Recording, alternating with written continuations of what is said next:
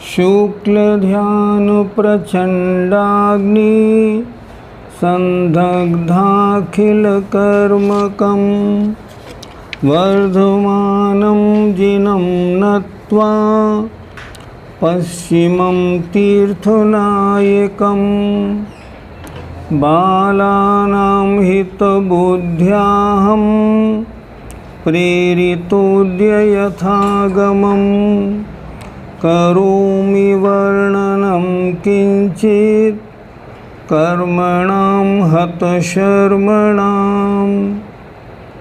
पंच परमेष्ठी भगवान की जय।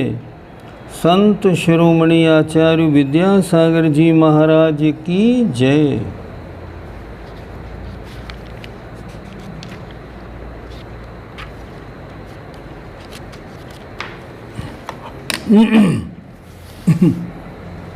कल जो पढ़ा था थोड़ा उसका रिवीजन कर लेते हैं।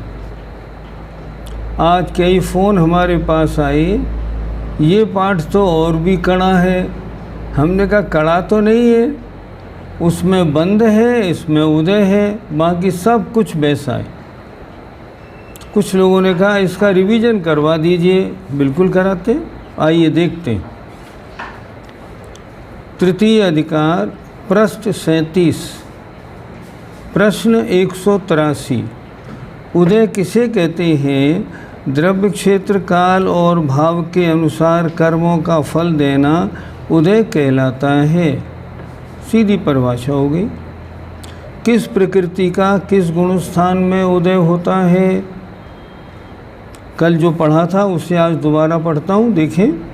आहारक शरीर और आहारक शरीरांगोपांग का उदय छठे गुण स्थान में। तीर्थंकर प्रकृति का केवली के 13वें और 14वें गुण स्थान में। सम्यक मिथ्यात्व का तृतीय गुण स्थान में। सम्यक प्रकृति का वेदक सम्यक दृष्टि के चतुर्थ से लेकर सप्तम गुण स्थान तक। जो आपके समझ में नहीं आए उसे प्रश्न में डाल दीजिए आप। मैं समझता हूँ बिल्कुल सरल है, इसलिए पढ़ रहा हूँ। आन पूर्वी का उदय प्रथम द्वितीय और चतुर्थ गुण स्थान में। ये क्या मतलब? क्योंकि विग्रह गति में 3 ही गुण स्थान होते हैं और आन पूर्वी का उदय मात्र विग्रह गति में होता है। इसलिए आन पूर्वी का उदय पहले, दूसरे और चौथे गुण स्थान में होता है। अनंतानुबंधी का उदय प्रथम और द्वितीय गुण स्थान में। अप्रत्याख्यानावरण चतुष्क माने क्रोध मान माया लोभ का उदय प्रथम से चतुर्थ गुण स्थान तक, क्योंकि जब इसका अनुदय होगा तब पंचम गुण स्थान बनता है। प्रत्याख्यानावरण चतुष्क का उदय प्रथम से पंचम गुण स्थान तक। संजुलन क्रोध मान माया का उदय प्रथम से लेकर नवम गुण स्थान तक और संजुलन लोभ का प्रथम से लेकर 10वें गुण स्थान तक। नरकायु और देवायु का उदय प्रथम से लेकर चतुर्थ गुण स्थान तक, क्योंकि नरकायु और देवायु का इससे ऊपर उदय नहीं होता। तिर्यगायु का उदय प्रथम से लेकर पंचम तक और मनुष्यायु का उदय प्रारंभ माने प्रथम से लेकर सभी गुण स्थानों में 14 तक होता है। यतश्च सासादन गुण स्थान में मरा हुआ जीव नरक गति में उत्पन्न नहीं होता, अतः उसके नरक गत्यानुपूर्वी का उदय नहीं होता। नरक जाएगा तो नरक गत्यानुपूर्वी का उदय होगा। शेष कर्म प्रकृतियों का उदय मिथ्यात्व आदि गुण स्थानों में अपनी अपनी उदय विच्छुत्ति के अंतिम समय तक होता है। शेष प्रकृतियों का उदय अलग अलग गुण स्थानों में होता रहता है। कब तक? जब तक कि उनकी विच्छुत्ति नहीं होती तब तक। अब उदय त्रिभंगी किसे कहते हैं? जैसे बंद त्रिभंगी पड़ी थी उस तरह उदय त्रिभंगी। उदय विच्छुत्ति, उदय और अनुदय को उदय त्रिभंगी कहते हैं। किस गुण स्थान में कितनी कर्म प्रकृतियों की उदय विच्छुत्ति होती है? बंध के अनुसार हमने जब बात की थी तो हमने 120 प्रकृतियों की बात की थी। उदय की अपेक्षा चलेंगे तो 122 की बात करनी है, क्योंकि दो प्रकृतियां ऐसी हैं, सम्यक मिथ्यात्व और सम्यक प्रकृति, वे उनका बंध नहीं होता, लेकिन मिथ्यात्व के 3 टुकड़े होने से उनकी सत्ता बन जाती है, इसलिए उदय तो उनका होता है। तो उदय बंध में 120, उदय में 122, सत्व में 148, इस तरह व्याख्या होती है।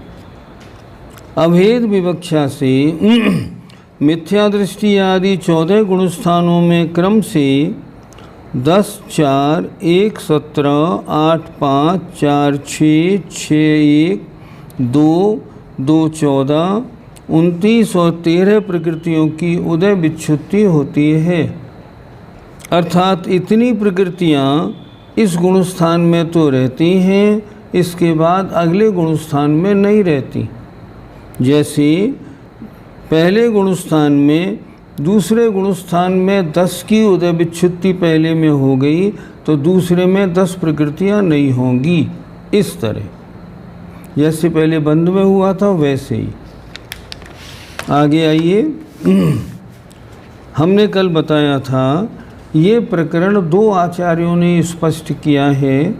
एक आचार्य नीमचंद सिद्धांत चक्रवर्ती ने कर्मकांड जी में और दूसरा भूतबली महाराज ने धवला जी में। तो भूतबली महाराज के उपदेशानुसार किस गुणस्थान में कितनी कर्म प्रकृतियों की उदय विच्छुत्ति होती है, ये क्यों बता रहे हैं? क्योंकि भूतबली आचार्य के कथन में और गोमटसार कर्मकांड के कथन में थोड़ा सा अंतर है। अंतर क्यों है? अपेक्षा अलग अलग है, उस कारण है। ये इन्होंने उदय विच्छुत्ति भूतबली आचार्य के उपदेशानुसार मिथ्यादृष्टि आदि गुणस्थानों में क्रम से 5, 9, 1, 17, 8, 5, 4, 6, 6, 1, 2, 16, 30 और 12 कर्म प्रकृतियों की उदय विच्छुत्ति होती है। अब इन्होंने बताया दोनों में भेद क्या है और भेद क्यों पड़ा। वो प्रश्न 188, दोनों पक्षों में विवक्षा भेद क्या है, अंतर क्यों पड़ा? उत्तर, किन्हीं आचार्यों के मत से एकेंद्रीय और विकलत्रय में सासाधन गुणस्थान नहीं होता, इसलिए एकेंद्रीय स्थावर और द्विंद्रीय 3 जातियाँ 2 इंद्रिय, 3 इंद्रिय और 4 इंद्रिय में इन प्रकृतियों की उदय विच्छुत्ति पहले गुणस्थान में ही हो जाती है। किनकी? इन प्रकृतियों की विच्छुत्ति पहले गुणस्थान में हो गई, क्योंकि इनमें दूसरा गुणस्थान नहीं होता। फलस्वरूप पहले में 10 और दूसरे में 4 प्रकृतियों की उदय विच्छुत्ति होती है। पहले क्या लिखा उन्होंने लिखा, यहाँ इन्होंने लिखा प्रश्न 186 में आचार्य नेमचंद्र महाराज ने पहले में 10 और दूसरे में 4 फलस्वरूप, हाँ, और 12 में गुणस्थान के उपांत समय में 2 की और अंत समय में 14 की, दोनों मिलाकर 16 की विच्छुत्ति कही गई है। 14वें गुणस्थान में परस्पर विरोधी होने से साता साता वेदनी दोनों का एक साथ उदय नहीं होता। 14वें गुणस्थान में साता का होगा तो असाता का नहीं, असाता का होगा तो साता का नहीं। अतः एक की विच्छुत्ति 13वीं में और एक की 14वीं में मानी गई है, परंतु नाना जीवों की अपेक्षा दोनों का उदय संभव है, किन्हीं के साता का, किन्हीं के असाता का। अतः 29, 13 और 30, 12 का विकल्प बन जाता है। कर्मकांडकार ने 29 और 13 का विकल्प बनाया और भूतबली महाराज ने 30 और 12 का बनाया। यहाँ मतलब इस किताब में भूतबली आचार्य के मतानुसार उदय त्रिभंगी का वर्णन किया गया है। यहाँ भूतबली आचार्य के अनुसार सारा वर्णन है। कोई खास अंतर नहीं है, केवल 2-3 जगह मात्र थोड़ा सा अंतर है अपेक्षा की अपेक्षा। अब चलते हैं कि किस गुणस्थान में कितनी प्रकृतियों की बंध विच्छुत्ति है, अर्थात इन प्रकृतियों का इनके आगे उदय नहीं होगा, बस यहीं तक उदय है, इनके आगे नहीं। इसे कहते हैं उदय विच्छुत्ति।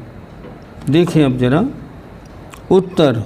मिथ्यात्व, आतप, सूक्ष्म, अपर्याप्त और साधारण, इन 5 प्रकृतियों की उदय विच्छुत्ति प्रथम गुणस्थान में होती है, अर्थात द्वितीयादि गुणस्थानों में इन 5 प्रकृतियों का उदय नहीं होता, इसलिए इनकी उदय विच्छुत्ति मानी गई। आगे बढ़ें। दूसरे गुणस्थान में इन 9 की विच्छुत्ति होती है, अर्थात ये 9 प्रकृतियां जो हैं इनका उदय दूसरे तक है, इससे आगे नहीं। तीसरे गुणस्थान में एक प्रकृति का उदय है, सम्यक मिथ्यात्व प्रकृति, इसकी उदय विच्छुत्ति तीसरे गुणस्थान में है, क्योंकि तीसरे गुणस्थान से आगे इसका उदय नहीं होगा। चौथे गुणस्थान में 17 प्रकृतियों की उदय विच्छुत्ति है, 5वें में 8 प्रकृतियों की उदय विच्छुत्ति है। अब देखते हैं, समझते हैं थोड़ा। अब अप्रत्याख्यानावरण, क्रोध, मान, माया, लोभ, इन 4 का उदय 5वें गुणस्थान तक, क्योंकि छठा गुणस्थान बनेगा पहले इन 4 का अनुदय हो जाएगा तब बनेगा। इसका मतलब प्रत्याख्यानावरण, क्रोध, मान, माया, लोभ का उदय बस 5वें गुणस्थान तक है, इसके आगे नहीं। तिरंचायु में 5 से ज़्यादा गुणस्थान होते नहीं। उद्योत तिरंचों में होता है। नीच गोत्र तिरंचों में, इससे आगे नीच गोत्र का उदय है ही नहीं, और तिरंच गति भी 5 से आगे नहीं। इसलिए 5वें गुणस्थान में ये 8 प्रकृतियों का उदय 5म गुणस्थान तक है, इससे आगे नहीं है।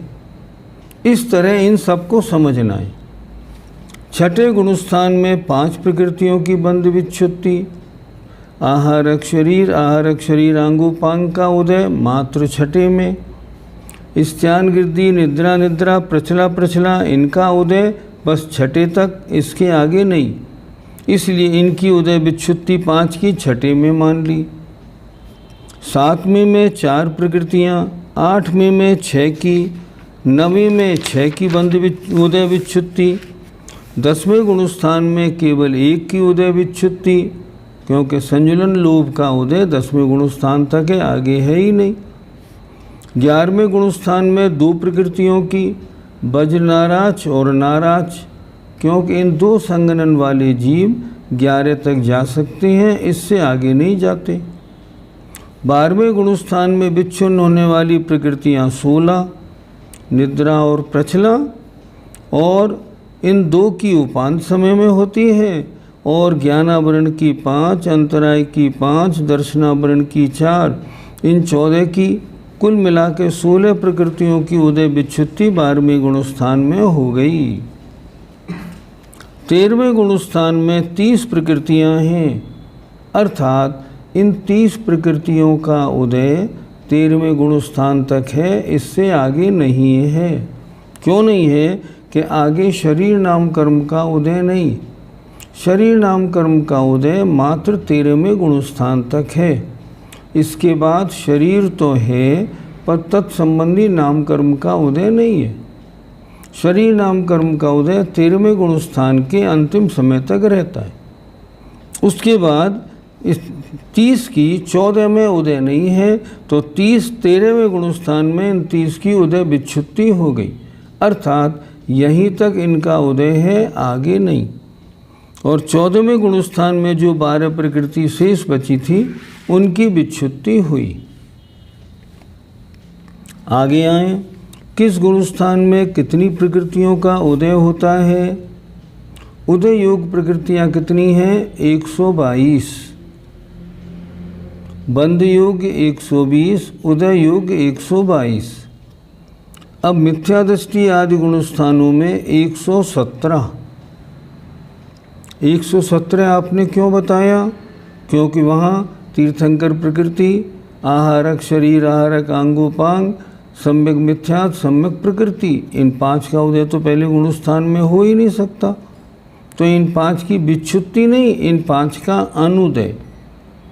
देखें, मिथ्यादस्ति आदि गुणस्थानों में क्रम से 117, अर्थात 122 में से हमने 5 घटाई, तो 117 प्रकृतियों का उदय कहाँ तक? बस पहले गुणस्थान में 117 का उदय है, दूसरे में 111। ये क्यों कर दिया?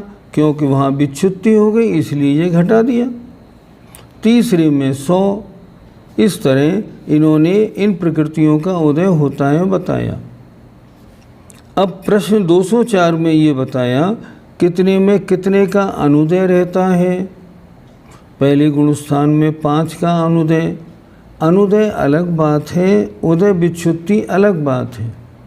अनुदय का मतलब इसमें पहले गुणस्थान में तीर्थंकर प्रकृति का उदय नहीं है, आगे हो सकता है, पर उदय विच्छुत्ति का मतलब यहाँ उदय नहीं है, आगे भी नहीं होगा। ये इन दोनों में अंतर है, अच्छी तरह समझ लीजिए। अब किस गुणस्थान में कितनी प्रकृतियों का अनुदय है ये इन्होंने सब बता दिया। इतनी प्रकृतियों का उदय नहीं होगा। अब आगे आए, गुणस्थानों में उदय त्रिभंगी की योजना किस प्रकार होती है। अब इसको अच्छी तरह समझना है। कुल उदय योग प्रकृतियाँ 122 हैं। उनमें से प्रथम गुणस्थान में सम्यक मिथ्यात्, सम्यक प्रकृति, आहारक शरीर आंगोपांग और तीर्थंकर, इन 5 प्रकृतियों का उदय न होने से 117 का उदय है। इनका यहाँ अनुदय है, क्योंकि आहारक शरीर, आहारक आंगोपांग का 6ठे में, सम्यक मिथ्यात् तो 3रे में, सम्यक प्रकृति 4 से 7 तक और तीर्थंकर प्रकृति 13 और 14 में उदय होती है। तो इन 5 का तो अनुदय रहा, तो उदय योग्य कितनी बची? 122 में से 5 घटाई 117। उपर्युक्त 5 का अनुदय है और 5 की उदय विच्छुत्ति है, जो पहले प्रश्न में यहाँ आ गया कि मिथ्यात् गुणस्थान में प्रश्न 189 में मिथ्यात् गुणस्थान में विच्छिन्न होने वाली 5 प्रकृतियाँ, इन 5 का उदय पहले गुणस्थान से आगे नहीं पाया जाता। अनुदय अलग बात, उदय विच्छुत्ति अलग बात। अब क्या हुआ? 5 का अनुदय हो गया और 5 की उदय विच्छुत्ति हो गई, तो प्रथम गुणस्थान के उदय 117 में से उदय विच्छुत्ति की 5 घटा दी। यहाँ इन्होंने क्या लिखा था कि किस गुणस्थान में कितनी प्रकृतियों का उदय। ऊपर देखिए प्रश्न नंबर 203, पहले गुणस्थान में उदय 117 का, ठीक, क्योंकि 5 प्रकृतियों का अनुदय। अब नीचे देखिए अनुदय कितने का? 5 का। 5 का अनुदय हुआ और 117 का उदय हुआ, दोनों का जोड़ मिलाया 122 हो गया। अब नीचे आ जाएं, प्रथम गुणस्थान के उदय 117 में से उदय विच्छुत्ति की 5 घटा दी और नरक गत्यान पूर्वी के घटाने से द्वितीय गुणस्थान में उदय 111 का है। इसलिए प्रश्न नंबर 203 में दूसरे गुणस्थान में 111 का उदय लिखा गया। अच्छी तरह देखते हुए चलिए। उदय विच्छुत्ति की 5 और अनुदय की 5, ऐसे 10 प्रकृतियों में नरक गत्यान पूर्वी के मिल जाने से अनुदय 11 का और उदय विच्छुत्ति 9 की है। 9 की यहाँ उदय विच्छुत्ति हो गई। पीछे देख ले जरा, द्वितीय गुणस्थान प्रश्न 190 में कि द्वितीय गुणस्थान में 9 प्रकृतियाँ विच्छिन्न, माने यहाँ इनकी उदय विच्छुत्ति हो गई।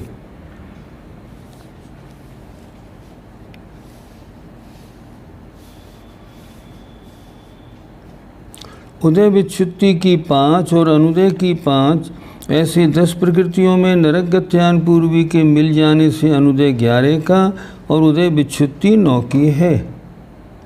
सासादन की उदय योग्य 111 प्रकृतियों में से उदय विच्छुत्ति की 9 प्रकृतियां घटाने से अब यहाँ 102 रह गई। परंतु तृतीय गुण स्थान में मृत्यु न होने से किसी भी आन पूर्वी का उदय नहीं रहता। नरक गत्यान पूर्वी पहले से घटी हुई है, अतः 3 आन पूर्वियों के घटाने से यहाँ 99 रह गई। उनमें सम्यक मिथ्यात्व प्रकृति के मिल जाने से तृतीय गुण स्थान में उदय 100 का है। तीसरे गुण स्थान में एक सम्यक मिथ्यात्व का उदय होता है, तो एक उसमें ऐड कर दी और बाकी जो विच्छुत्ति वाली थी, अनुदय वाली थी, वो घटा दी, तो यहाँ तीसरे गुण स्थान में उदय 100 का आ गया। पृष्ठ नंबर 200 में तीसरे गुण स्थान में 100 का नाम लिखा हुआ है। पीछे जो चार्ट बना हुआ है उस चार्ट में भी ये विषय बिल्कुल स्पष्ट है, जरा देख लीजिए। Page number 64।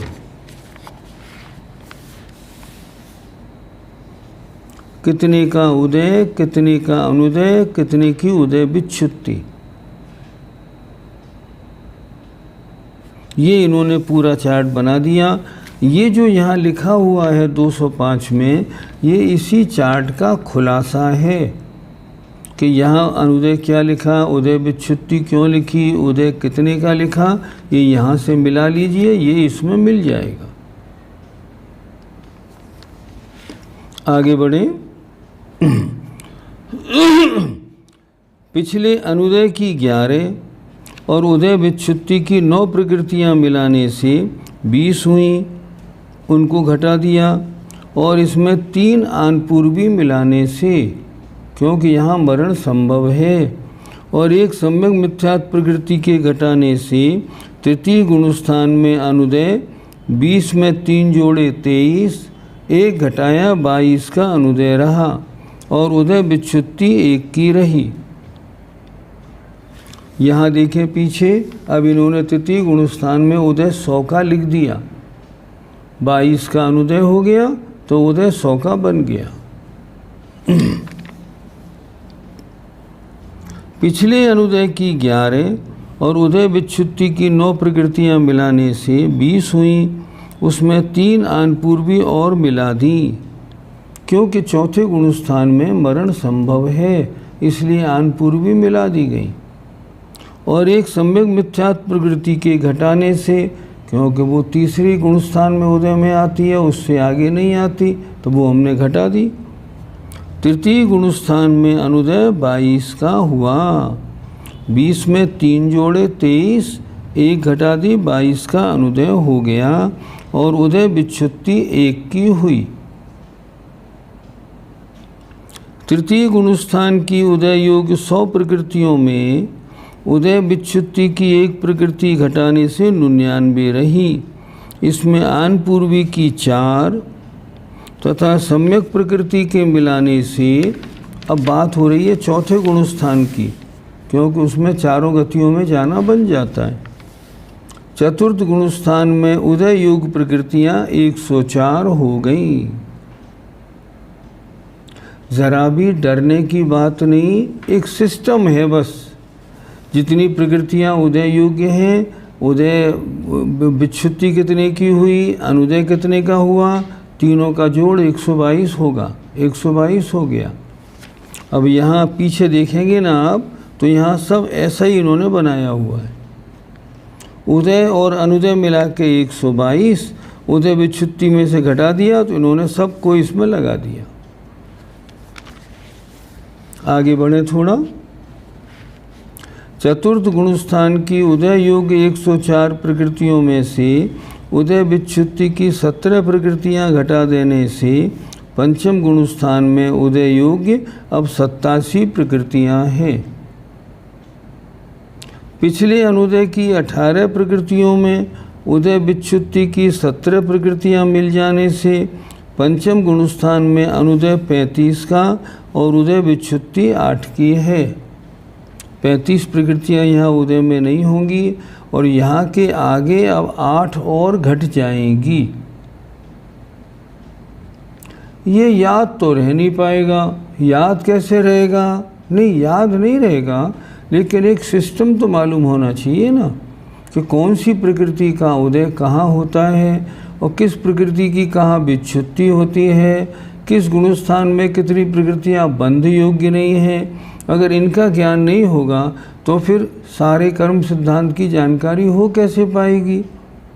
इसलिए इनका जरूरी है किस गुणस्थान में बंध कितने का, किस में उदय कितने का और आगे किस गुणस्थान में सत्व कितने का। इसलिए, लेकिन ज़रा भी डरने वाली बात नहीं। आप पेन कागज़ लेके बैठेंगे ना, इसमें इतनी घटा दी, इतनी जोड़ दी, इतना जोड़ आ गया। पंचम गुणस्थान की उदय योग्य 87 प्रकृतियों में से उदय विच्छुत्ति की 8 प्रकृतियां घटा दी और आहारक युगल के मिलाने से, आहारक युगल क्यों मिला दिया? अब छठे गुणस्थान की चर्चा है। आहारक शरीर, आहारक पांग उपांग, ये इन दोनों का उदय छठे गुणस्थान में होता है। तो उसमें से 8 तो घटा दी और 2 मिलाने से उदय युग रह गई 81। देखो, 87 में से 8 घटाई तो रह गई 79 और उसमें 2 जोड़ दी तो हो गई 81। इतनी सी बात है। इससे ये मालूम होता है किस प्रकृति का उदय कहाँ तक है। पिछले अनुदय की 35 प्रकृतियों में उदय विच्छुत्ति की 8 प्रकृतियाँ मिलाने और आहारक युगल के घटाने से, आहारक युगल क्यों घटा दिया? उसका उदय केवल छठे गुणस्थान में था।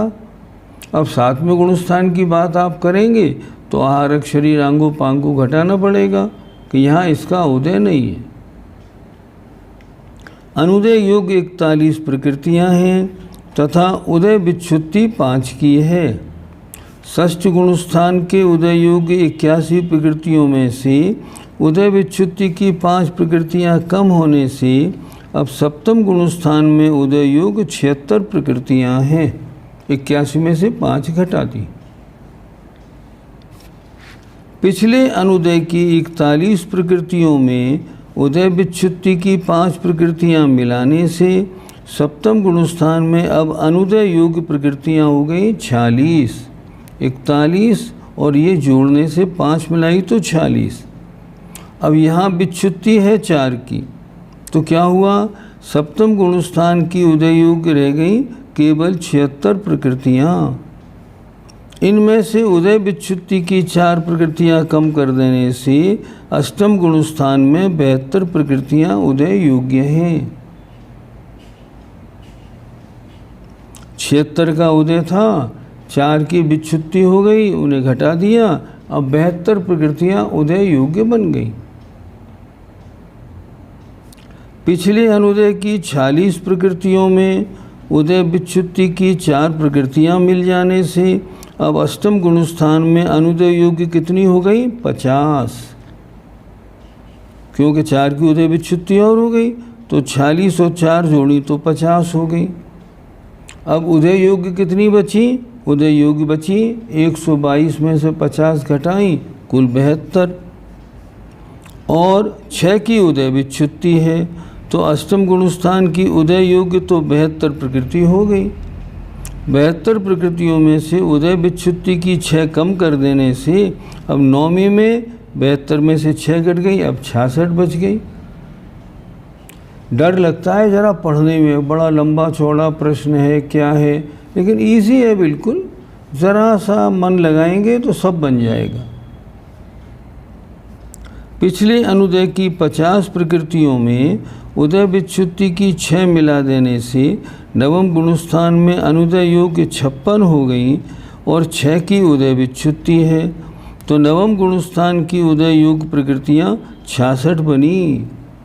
122 में से 56 घटाई तब इनमें 66 प्रकृतियाँ और इनमें उदय विच्छुत्ति की 6 कम कर दिया तो 10वें गुणस्थान में उदय योग्य कितनी रह गई? केवल 60।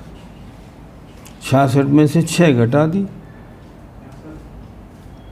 पिछले अनुदय की 56 प्रकृतियों में उदय विच्छुत्ति की 6 हमने मिला दी, तो 62 प्रकृतियां यहाँ उदय योग्य नहीं रही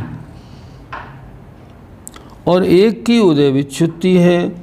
तो दसम गुणस्थान की उदय योग्य 60 प्रकृतियों में से उदय विच्छुत्ति की एक प्रकृति कम हो जाने से अब 11वें गुणस्थान में उदय योग्य प्रकृतियां 59 रह गई। पिछले अनुदय की 62 प्रकृतियों में उदय विच्छुत्ति की एक प्रकृति मिल जाने से अब 63 प्रकृतियों का अनुदय हो गया। 2 की उदय विच्छुत्ति है, तो एकादश गुणस्थान की उदय योग्य 59 प्रकृतियों में से उदय विच्छुत्ति की 2 प्रकृतियां कम कर देने से अब 12वें गुणस्थान में उदय योग्य 59 में से 2 कम की 57 रह गई। पिछले अनुदय की 63 प्रकृतियों में उदय विच्छुत्ति की 2 प्रकृतियां मिल जाने से 65 प्रकृतियां अनुदय योग्य हैं और 16 की उदय विच्छुत्ति है, तो द्वादश गुणस्थान की उदय योग्य 57 प्रकृतियों में से उदय विच्छुत्ति की 16 प्रकृतियां कम हो जाने से और एक तीर्थंकर प्रकृति के मिल जाने से अब 13वें गुणस्थान में केवल 42 प्रकृतियां उदय योग्य हैं। अब इनमें से यहाँ 30 की विच्छुत्ति हो जाएगी और जो 12 बचेंगी 14वें गुणस्थान में उनका समाप्ति हो जाएगी, बस सिद्ध बन जाएंगी। पिछले अनुदय की 65 प्रकृतियों में उदय विच्छुत्ति की 16 प्रकृतियों के मिलाने और एक तीर्थंकर प्रकृति के घटाने से 80 प्रकृतियों का अनुदय हुआ और 30 प्रकृतियों की उदय विच्छुत्ति है। तो 13वें गुणस्थान में 42 प्रकृतियों में से उदय विच्छुत्ति की 30 प्रकृतियां कम कर देने से 14वें गुणस्थान में अब कितनी प्रकृति उदय योग्य रह गई? केवल 12। पिछले अनुदय की 80 प्रकृतियों में उदय विच्छुत्ति की 30 जोड़ दी, तो 122 में से 110 का अनुदय हो गया, तो उदय योग्य 14वें गुणस्थान में बची केवल 12। अनुदय योग्य 110 प्रकृतियां हैं और 12 प्रकृतियों की उदय विच्छुत्ति है, मतलब 14वें गुणस्थान के अंत के बाद इनका उदय भी समाप्त हो गया। इस तरह इन्होंने पूरे 14 गुणस्थान में कितनी उदय योग्य, कितनी का अनुदय और कितनी की उदय विच्छुत्ति इसका चार्ट बना दिया। इससे हमें ये मालूम पड़ा कि कितनी प्रकृतियों का कहाँ उदय नहीं रहता, कितनी प्रकृतियों का उदय उसके बाद में नहीं रहता और कितनी प्रकृतियाँ कहाँ उदय योग्य नहीं है। इन बातों की जानकारी इस प्रश्नोत्तर में मिल गई। इस प्रकार मिथ्यादृष्टि आदि 14 गुणस्थानों में उदय त्रिभंगी, उदय, अनुदय और उदय विच्छुत्ति इनकी योजना है। अब आगे बढ़े। प्रश्न 206, उदय और उदीर्णा में क्या अंतर है? हमने पहले बताया अपने समय से उदय आया वो उदय, समय से पूर्व उदय में आई वो उदीर्णा। देखें, आबादा पूर्ण होने पर निषेक रचना के अनुसार कर्मों का फल प्राप्त होना उदय कहलाता है। सिस्टम के अनुसार उदय और विशिष्ट कारणों से आबादा काल के पूर्व ही कर्मों का उदय में आ जाना उदीर्णा है। प्रश्न, हमारे कर्मों का उदय होता है या उदीर्णा भी होती है? हमने कल भी बताया था, हमारे प्रति समय जिस कर्म का उदय होता है उसकी उदीर्णा भी साथ होती ही होती है। नियम, इस नियम में केवल कुछ स्थानों पर विशेषता है, बाकी ये नियम बिल्कुल जनरल है।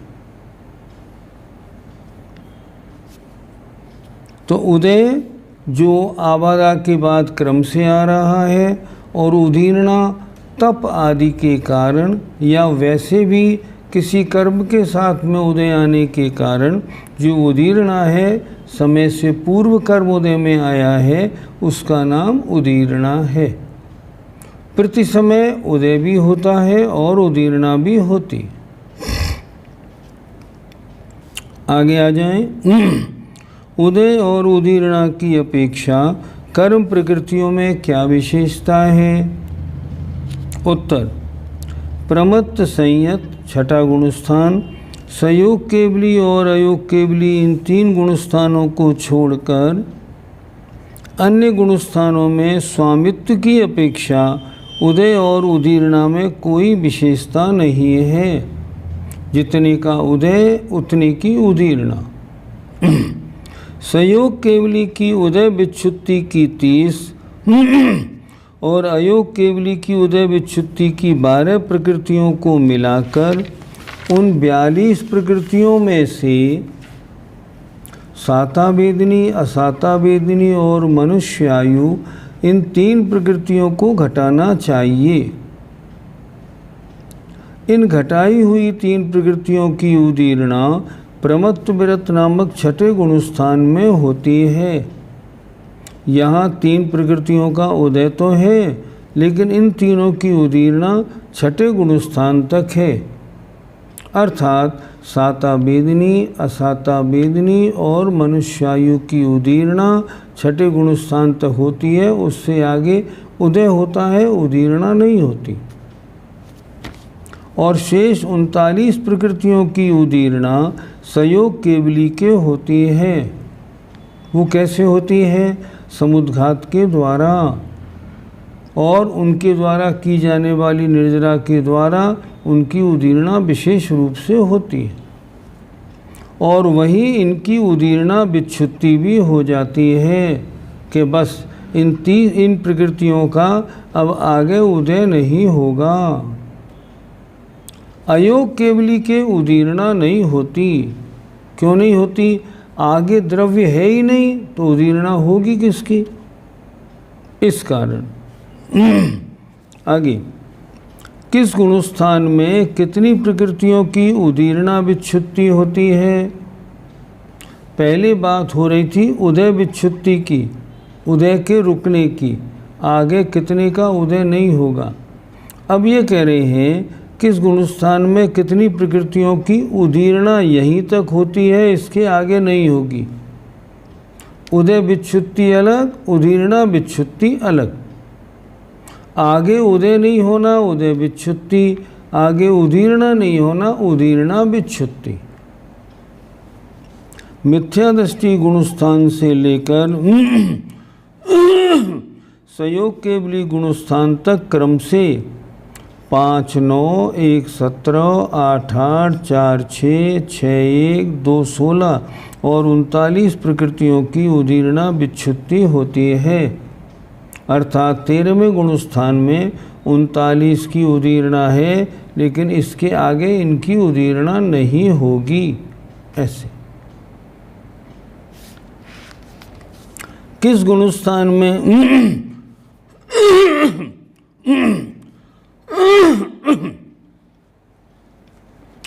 किस गुणस्थान में कितनी प्रकृतियों की उदीर्णा होती है?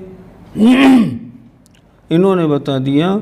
मिथ्या दृष्टि गुणस्थान से लेकर संयोग केवली गुणस्थान तक क्रम से 117, 111, 110, 104, 8, 7, 81, 73, 69, 63, 57, 56, 54 और 39 प्रकृतियों की उदीर्णा होती है। ऊपर बताया था 13वें गुणस्थान में 39 की उदीर्णा है। इन्होंने इसमें बता दिया किस गुणस्थान में कितनी प्रकृतियों की उदीर्णा है। अब आगे देखें, किस गुणस्थान में कितनी प्रकृतियों की अनुदीर्णा है, अर्थात उदीर्णा नहीं होती। ये इन्होंने यहाँ चार्ट बना दिया। मिथ्या दृष्टि से लेकर संयोग केवली गुणस्थान तक क्रम से 5, 11, आगे लिखा है 22, 22 की जगह आप कर लो 12। प्रश्न नंबर 210 में 5/11 के बाद 22 लिखा है, इसकी जगह आप कर लीजिए 12। 18, 35, 41, 49, 53, 59, 65, 66, 68 और 83 प्रकृतियों की अनुदीर्णा है। यहाँ इतने प्रकृतियों की उदीर्णा नहीं होगी। इतने की उदीर्णा नहीं होगी तो शेष की उदीर्णा होगी। जैसे कुल 122 प्रकृति हैं, अब यहाँ 83 की अनुदीर्णा है 13वें गुणस्थान में। तो ऊपर के गुणस्थान में देखिए, यहाँ 39 की उदीर्णा होती है। दोनों को हमने जोड़ा तो 122 हो गई।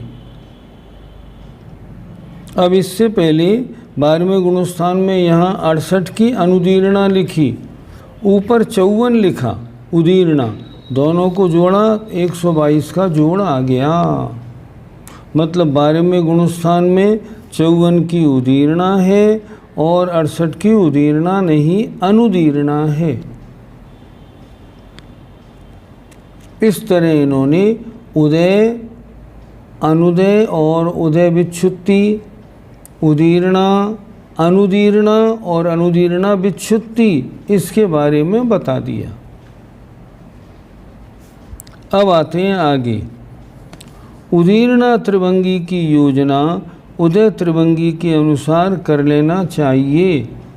जैसे पहले प्रश्न में जो बड़ा प्रश्न आया था, उसमें उदय की बात 3 भंग में बताई थी। इसमें इतनी जोड़ो, इतनी घटाओ, इतने का उदय बचा।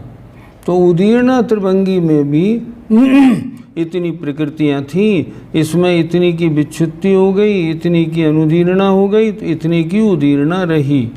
जैसे उसमें लगाई थी ऐसे इसमें लगा लेना, ये इन्होंने लिख दिया।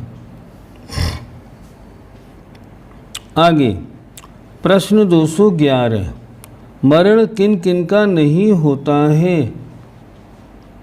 ये प्रश्न आपको हमने पहली पुस्तक में पढ़ा दिया था, वो यहाँ रिपीट किया है उन्होंने प्रसंग देख के।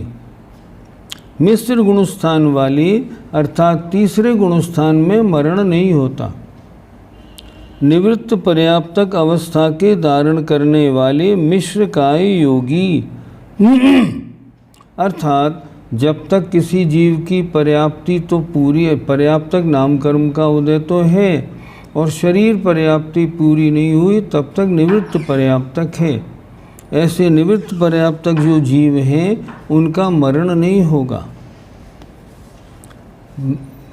छपक श्रेणी वाले, छपक श्रेणी में मरण नहीं होता। उपसम श्रेणी चढ़ते समय अपूर्वकरण गुणस्थान के पहले भाग में स्थित मनुष्य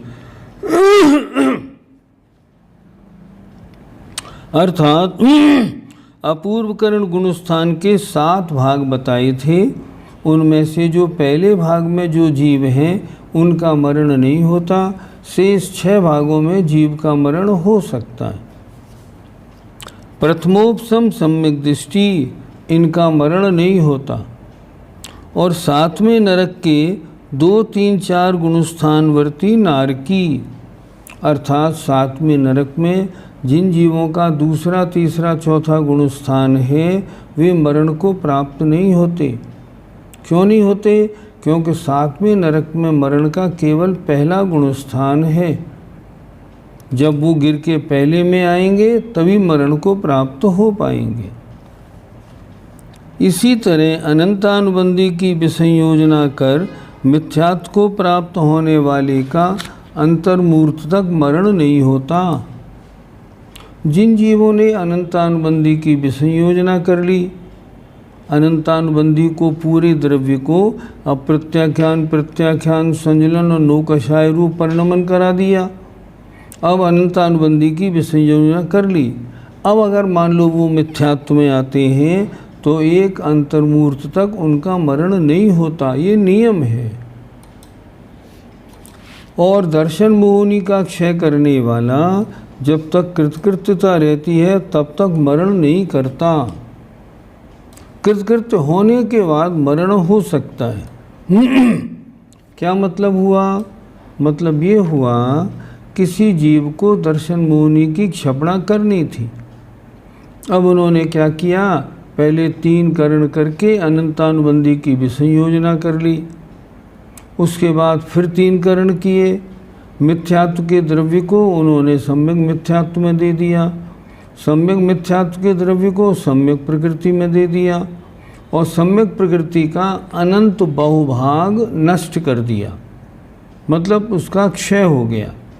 अब क्या बचा, अब केवल बचा सम्यक प्रकृति का अनंतमा भाग।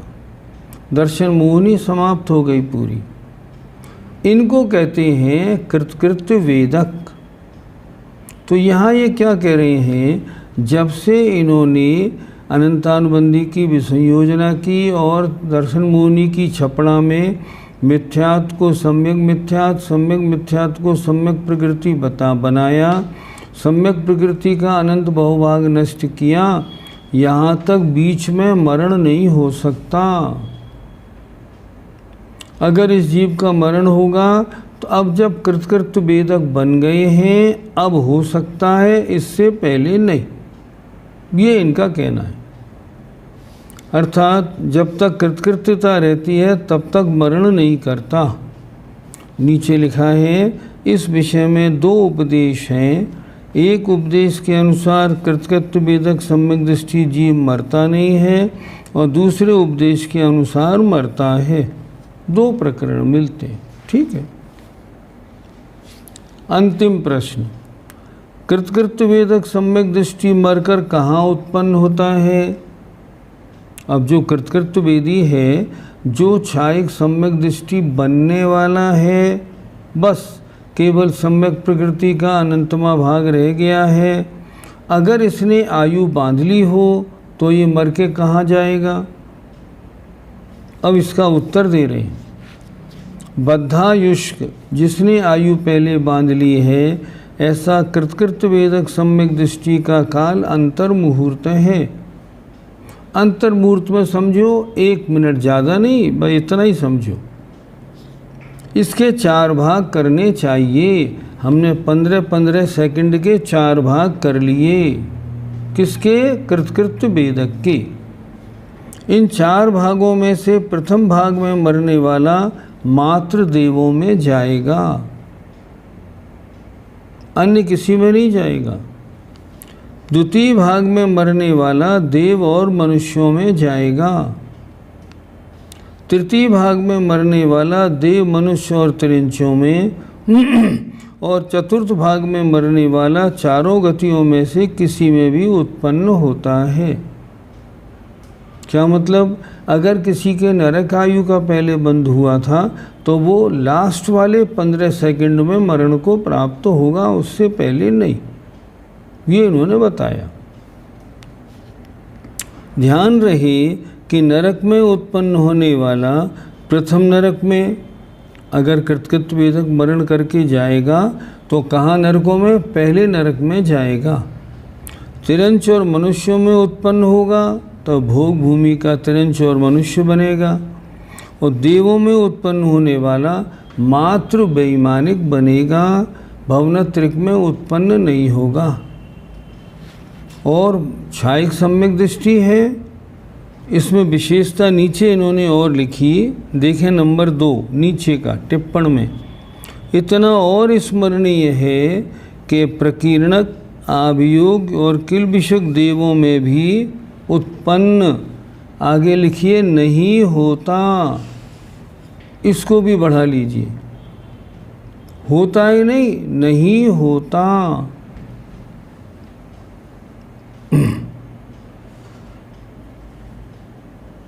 सिर्फ वैमानिक देवों में उत्पन्न होगा, वो भी नीचे की 3 जातियों में नहीं, ऊपर वालों में उत्पन्न होता है। विशेषता ये भी है, अगर कृतकृत्य अवस्था में किसी जीव का मरण हो तो अगली पर्याय प्राप्त करने में पर्याप्त होने से पूर्व ही उसका क्षायिक सम्यक तो पूरा हो जाएगा। मतलब पर्याप्तक होने से पहले वो क्षायिक सम्यक दृष्टि बन जाता है। ये इन्होंने इसमें पूरा कर दिया। इस तरह तीसरा अधिकार पूरा हो गया। अब बंद और उदय का मामला हो गया। अब तीसरे अधिकार में, चौथे अधिकार में कल सत्व के बारे में पढ़ाएंगे। आइए अब थोड़ी शंका समाधान देख लेते हैं। आज आपने तत्वार सूत्र की क्लास में बताया कि जब कषाय तीव्र होती है तो 145 कर्म प्रकृतियों में स्थिति और अनुभाग ज़्यादा होगा और 3 आयु में कम। ये किस प्रकार घटित होगा?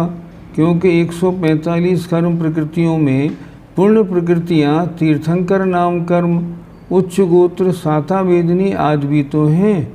बिल्कुल ठीक।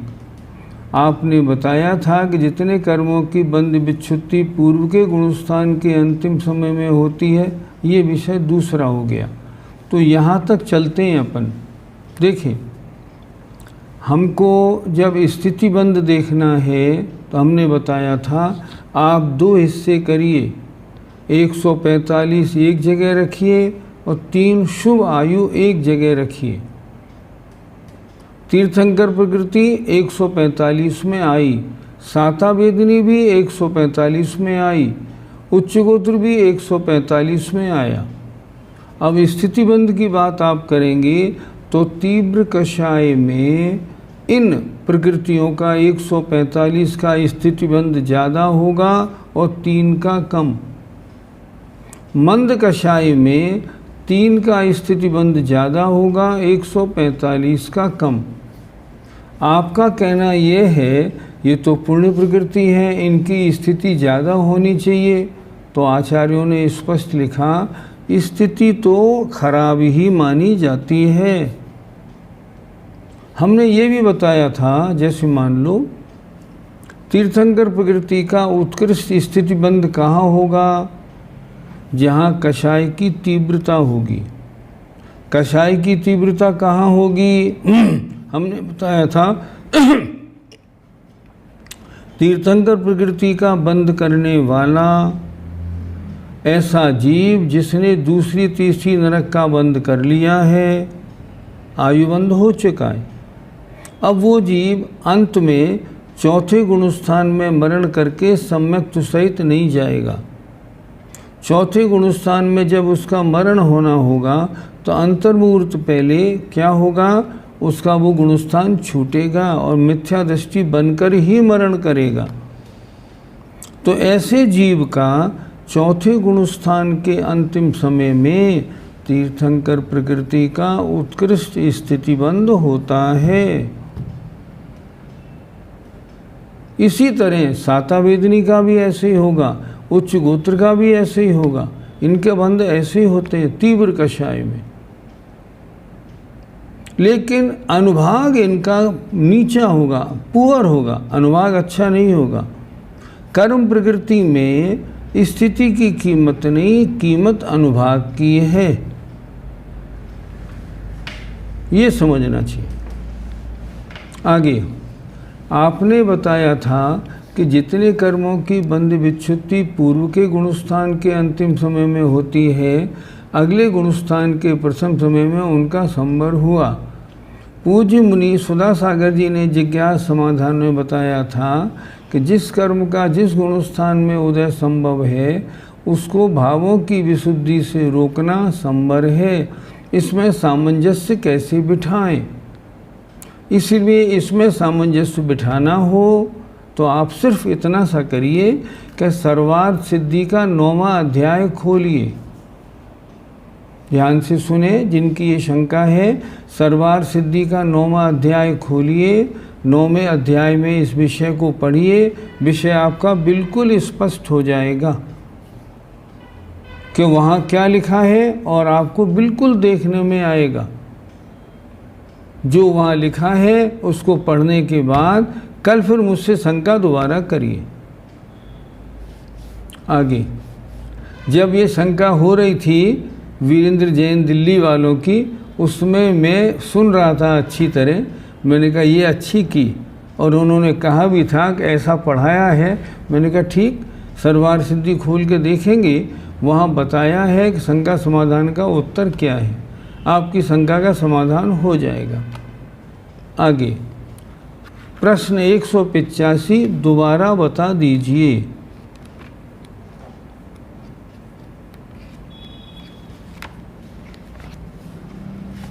प्रश्न 185 में उदय त्रिभंगी है। उदय त्रिभंगी का मतलब होता है कितने का उदय, कितने का अनुदय और कितने की उदय विच्छुत्ति। बंध में भी बताई थी बंध की त्रिभंगी, कितने का बंध, कितने का अबंध, कितने की बंध विच्छुत्ति। तो यहाँ 3 बातों को इन्होंने त्रिभंगी कह दिया।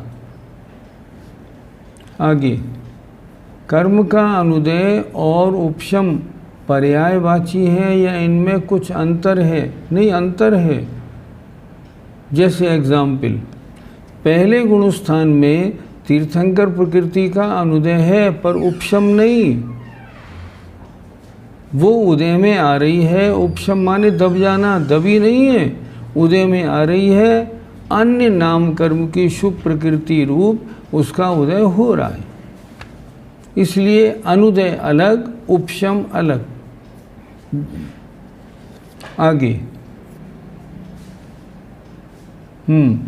आपने बताया था कि 7वीं भूमि की आयु वाला नारकी अवधि ज्ञान से अपने पिछले भव नहीं जान पाएगा, तो वह जाति स्मरण में और देशनालब्धि में क्या जानेगा?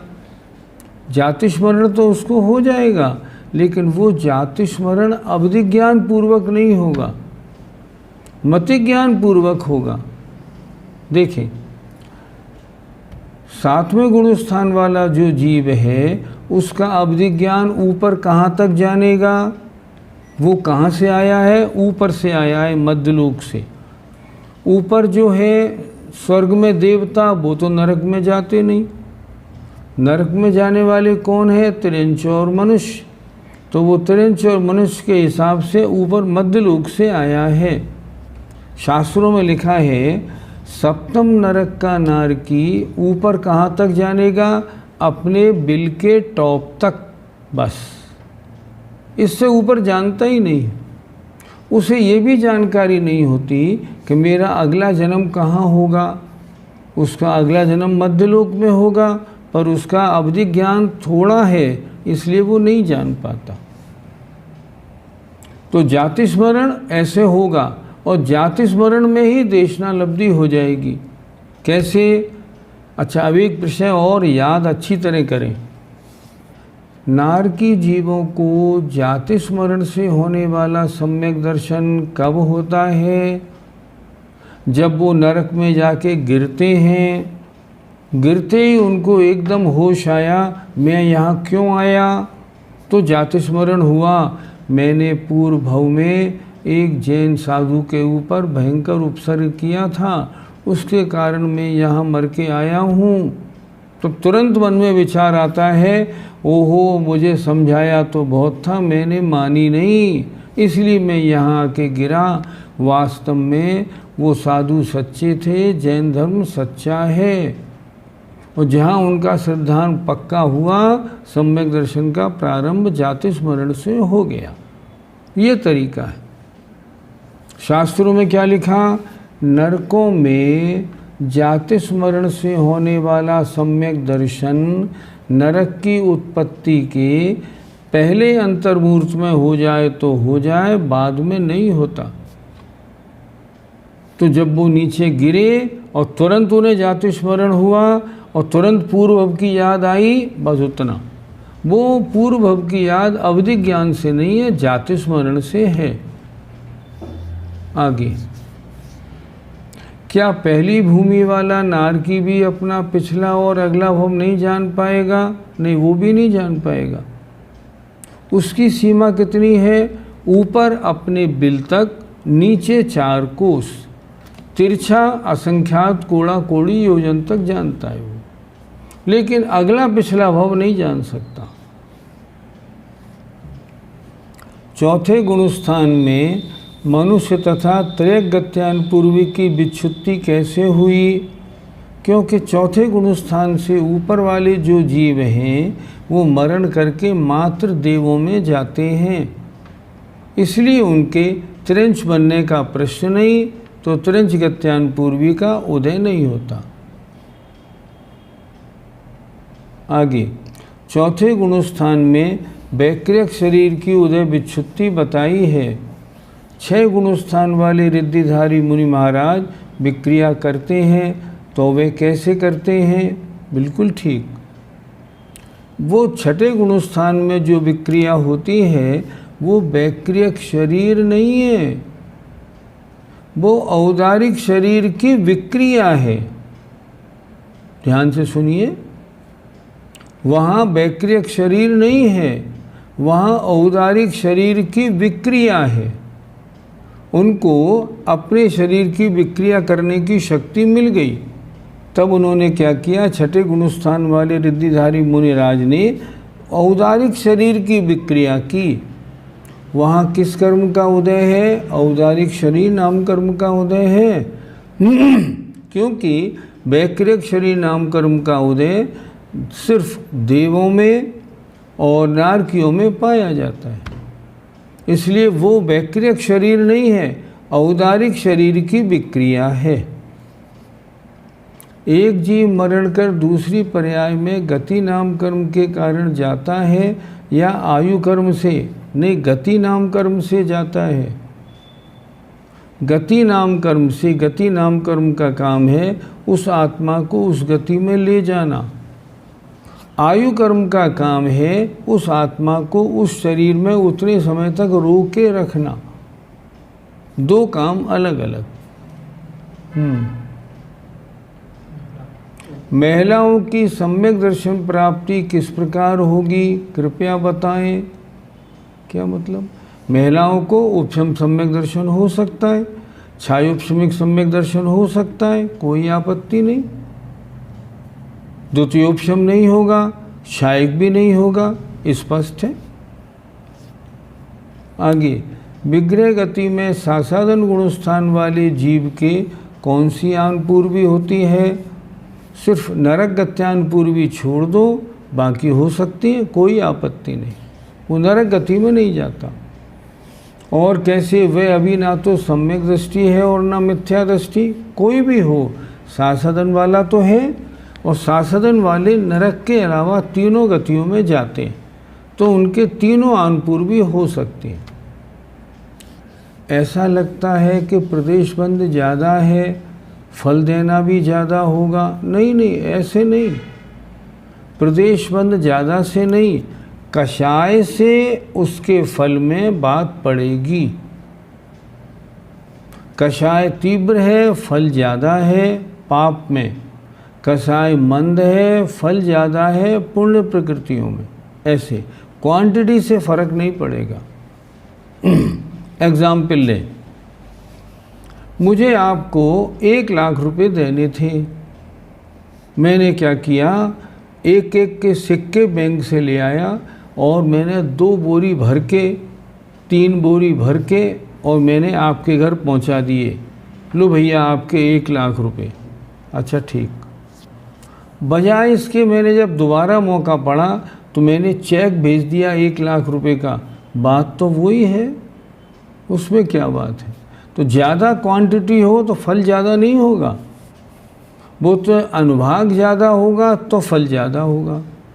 अनुभाग दोनों तरह का, गलत पाप प्रकृतियों में गलत, पूर्ण प्रकृतियों में अच्छा, ऐसा होता है। प्रकृति का उत्कृष्ट स्थिति बंद उत्कृष्ट संक्लेश परिणामों से होता है। बिल्कुल 145 का। तीर्थंकर प्रकृति, ये तो हो गया। मुनिराज को आहार में देने वाली कांजी और कांजीर में क्या अंतर है? हाँ, दोनों में अंतर है। कांजीर तो एक वस्तु है, दुकान पे मिलती है, कड़वी होती है, और कांजी का मतलब होता है चावल का माड़। कांजी का मतलब चावल का माड़। आगे सप्तम गुणस्थान के सम्मुख मुनि के मंद कषाय में उत्कृष्ट स्थिति बंद होता है आयु का, जैसा आपने कहा। हमने नहीं कहा, जैसा किताब में और शास्त्रों में लिखा है। 33 सागर सर्वार सिद्धि का, तो फिर क्या अभी कोई मुनि ये उत्कृष्ट आयुबंध कर सकते हैं क्या? नहीं कर सकते, क्योंकि सर्वार सिद्धि के बंद करने योग्य जो कषाय की मंदता चाहिए वो वर्तमान में नहीं। क्यों नहीं? उतना उत्कृष्ट ध्यान नहीं। क्यों नहीं? अरे भज वृषभ नाराज संगनन होता तो ऊपर सर्वार सिद्धि की आयु के योग्य ध्यान बनता। वो सेनन नहीं है, इसलिए ध्यान भी अच्छा नहीं है और 33 सागर की आयु नहीं बन सकती। हमने बताया था वर्तमान में सभी अधिकांश असंप्राप्ता श्रपाट का सेनन वाले हैं, अधिक से अधिक 8वें स्वर्ग में जा सकते हैं, इससे ऊपर नहीं। एक प्रसंग आपको सुनाएं बड़ा अच्छा। हम समय सार जी पढ़ने के लिए और ईसरी जाया करते थे ब्रह्मचारी सुरेंद्र नाथ जी के पास। वो बहुत अच्छा पढ़ाते थे समय सार। आपको तो घर बैठे आजकल इसी पे पढ़ने को मिल रहा है ना, बैठे बैठे आराम से लैपटॉप खोला और अपना काम हो गया। लेकिन हम पढ़ने जाया करते थे वहाँ, उनके पास रहते थे। एक किस्सा वहाँ मालूम पड़ा। हुआ क्या, वहाँ का जो पुजारी था वो पुजारी का मरण हुआ। मरण होकर वो व्यंतर बना।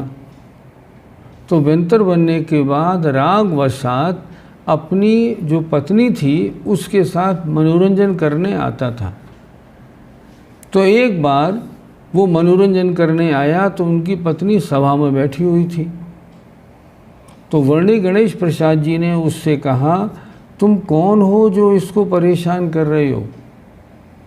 तो उसने कहा, मैं आपके मंदिर का ही तो पुजारी हूँ, इसका पति। तो पूर्व भव की राग बशात मैं इससे मनोरंजन करने आता हूँ। अच्छा अच्छा, अभी तुम व्यंतर बने हो कि? हाँ। तो हमारा एक काम कर दो कि बताइए, जरा सीमंदर स्वामी के पास जाके या किरी केवली के पास जाके हमारे 2 प्रश्नों का उत्तर ला दो। पहला प्रश्न तो ये है कि इस समय हिंदुस्तान में सम्यक दृष्टि कौन कौन है, और दूसरा प्रश्न ये है कि शांति सागर आचार्य महाराज कौन से स्वर्ग में गए। अब ये उन्हें जांचना था कि इसका उत्तर गलत तो नहीं है, और उन्होंने एक काम और करना, ये जो एक समय सार की गाथा है इसके 3 चरण तो हमें आ रहे हैं, 4था चरण नहीं आ रहा, हम भूल गए। तो 4था चरण और पूछ के आना। वो गया, लौट के आया, पूछ के उसने उत्तर दिया, आचार्य शांत सागर महाराज जी तो 8वें स्वर्ग में देव बने हैं। इससे ये बात पक्की हो गई, क्योंकि उनकी साधना बड़ी ज़बरदस्त थी। इससे ये बात पक्की हो गई, शास्त्रों में जो बात लिखी है बिल्कुल ठीक लिखी। दूसरी बात उन्होंने पूछी थी, वर्तमान में हिंदुस्तान में सम्यक दृष्टि कितनी है? उसने कहा जवाब में सिर्फ 2 सम्यक दृष्टि हैं, एक वर्णी गणेश प्रसाद और एक कोई और नाम लिया था उनका, बस ये केवल 2 हैं और कोई नहीं। किन्हीं मुनि महाराज का नाम था उस समय। तो ये बताओ वो 4था चरण उस गाथा का? हाँ बोले वो भी 4था चरण गाथा का उनने बता दिया, बिल्कुल ठीक। इससे ये बात पक्की हुई कि इसकी बात तो सही है। इसलिए वर्तमान के जीव 8वें स्वर्ग तक जा सकते हैं, इससे ऊपर नहीं, क्योंकि सहनन नहीं है इस कारण। फिर ये हो गया। फिर सर्वार सिद्धि की आयु तो 11वें गुणस्थान वाले मुनिराज के होनी चाहिए। नहीं नहीं, ऐसे नहीं, क्योंकि अधिक विशुद्ध परिणाम और कम विशुद्ध परिणाम कार्यकारी नहीं होते। जैसे आपने पढ़ा ना, तीर्थंकर प्रकृति का बंध 4थे गुणस्थान से 8वें गुणस्थान के 6ठे भाग तक होता है। क्यों, इससे ऊपर क्यों नहीं होता? क्योंकि ज़्यादा विशुद्ध परिणाम हो गए, अब तीर्थंकर प्रकृति के योग्य परिणाम नहीं है।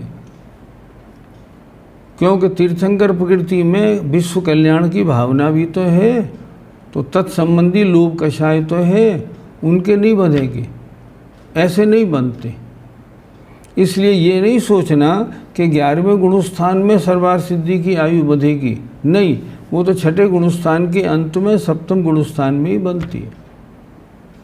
आगे, जीव ऐसे कौन से कर्म बांधता है जिससे वह इतर निगोद में जन्म लेता है? आपको एक बात बताएं, एक ग्रंथ हमने पढ़ा आचार्य सूर्यसागर महाराज का संयम प्रकाश, उसमें एक प्रकरण लिखा था बड़ा अजब, और उसमें उन्होंने 4 शास्त्रों के प्रमाण भी दिए। उन्होंने लिखा, जो मुनि तो बन गए हैं, अपने को जैन साधु जैन मुनि भी बोलते हैं, और जिनकी चर्या आगम के अनुसार नहीं है, ऐसे 7.5 करोड़ मुनि महाराज पंचम काल के निगोद में जाएंगे। ये उसमें लिखा उन्होंने, और 4 शास्त्रों का प्रमाण भी दिया। जो अपने को जैन साधु तो कह रहे हैं और मान लो वस्त्र पहनते हैं, या जिनकी चर्या गड़बड़ है, तो उन्होंने लिखा ऐसे 7.5 करोड़ निगोद में जाएंगे। निगोद में कौन जीव जाते हैं? निगोद में वो जाते हैं जो भयंकर पाप, शास्त्रों का विरोध, बहुत गलत काम करते हैं, वो निगोद में जाते हैं। आगे, क्या प्रतिमा धारण करने वाले व्यक्ति पंच कल्याणकों में सौधर्म, इंद्र या कुबेर आदि पद धारण कर सकते हैं? हाँ, कोई आपत्ति नहीं। क्या आपत्ति? कोई आपत्ति नहीं। तीर्थंकर प्रकृति बात बंध, तीर्थंकर प्रकृति बंद होने के अंतर मुहूर्त के बाद किस प्रकार उदय में आती है? सजातीय नाम कर्म की अन्य पूर्ण प्रकृति रूप उदय में आती है। यश कीर्ति रूप उदय में आए, उनमें उदय आएगी, क्योंकि उदय तो उसको आना ही आना है, और तीर्थंकर प्रकृति के उदय योग्य व्यवस्था है नहीं, द्रव्य क्षेत्र काल भाव नहीं है, तो क्या होगा? अन्य रूप उदय में आएगी, अर्थात नाम कर्म की अन्य पूर्ण प्रकृति रूप उदय में आती है। प्रश्न 170, प्रकृति का उत्कृष्ट स्थिति बंध, ये तो हो गया, ये हमने बता दिया। अभी कहाँ पढ़ रहे? नहीं, ये भी नहीं, ये भी नहीं। हाँ, नीचे, जब छपक श्रेणी चढ़ने वाले मुनिराज 10वें गुणस्थान के आखिरी में जिन कर्मों का बंद करते हैं, तो वो किसी आबादा के साथ बंद होता है। आबादा तो हर कर्म की होती है, और 10वें गुणस्थान के अंत में अगर बंद करेंगे तो कितना बंद होगा? सूत्र 3 याद कर लो। अपरा 12 मुहूर्ता वेदिनी यश्य, 12 मुहूर्त वेदिनी का, नाम गोत्रियोरष्टौ, नाम गोत्र का 8 मुहूर्त का, और शेष कोई कर्म होगा तो अंतर मुहूर्त का बंद होगा। बस, आबादा तो सबकी होती है। उनकी आबादा कितनी होगी? बहुत कम, उतनी आबादा होगी। जब उनको 10 से 12 में जाना है, तब तो कर्म 10वें गुणस्थान के आखिरी समय में बधा, तो उसकी आबादी क्या एक समय ही रहेगी? क्यों एक समय क्यों कह रहे हैं आप? अभी तो 12वें गुणस्थान में अंतर मुहूर्त हैं, उसके बाद 12वें गुणस्थान के अंत में उनकी समाप्ति हो जाएगी तप के द्वारा। अगर नहीं तो जीव आगे के गुणस्थान में ये हो गया। आगे, संजुलन में लोभ ही क्यों लिया? मान ले लेते तो क्या होता? ठीक, संजुलन चारों कषायों में सबसे कड़ी संजुलन लोभ है। सबसे कड़ी संजुलन लोभ। संजुलन लोभ ऐसी प्रकृति है जो 9वें गुणस्थान के अंत तक नष्ट नहीं होती, उसके लिए और तपस्या करनी पड़ती है, तब वो संजुलन लोभ 10वें गुणस्थान के अंत में जाके समाप्त हो पाती है। 16 कषाय हैं, अनंतानुबंधी अप्रत्याख्यानावरण प्रत्याख्यानावरण संजुलन क्रोधमान माया लोभ।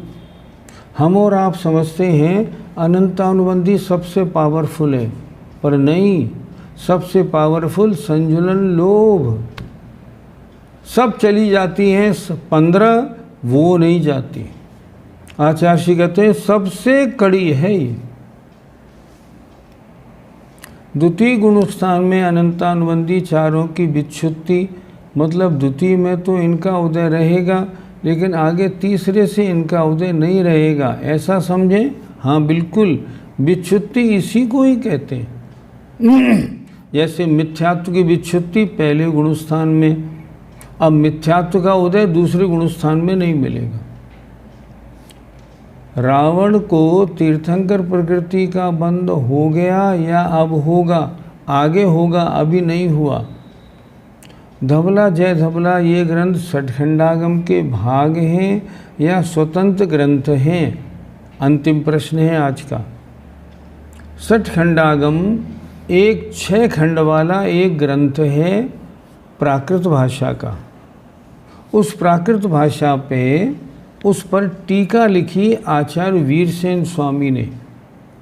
तो वीरसेन स्वामी ने पहले 5 खंड पर जो टीका लिखी उसका नाम पड़ा धवला। किसने टीका की? आचार्य वीरसेन महाराज ने। छठा भाग जो बचा, छठा खंड बचा, उस पे टीका हुई, उसका नाम पड़ा महाधवला।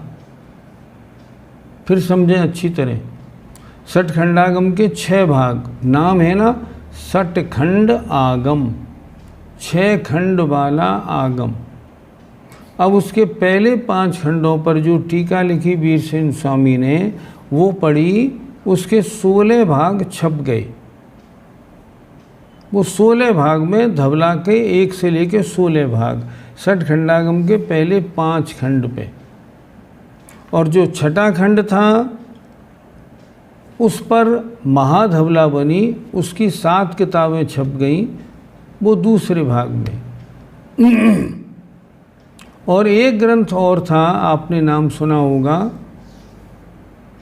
जिसको सबसे पहले जो मतलब लिखा गया उसकी टीका बनी, वो नाम था कषाय पाहुड़, उसकी टीका बनी जय धवला। जय धवला की भी 16 किताबें छप गई। इस तरह धवला 3 प्रकार, जय धवला, कषाय पाहुड़ की टीका 16 भाग, धवला षटखंडागम के पहले 5 खंडों की टीका 16 भाग, फिर महाधवला षटखंडागम के छठे भाग की टीका 7 भाग। ये जो 39 भाग हैं ये धवला जी के हैं। इनको हम सूत्र ग्रंथ कहते हैं।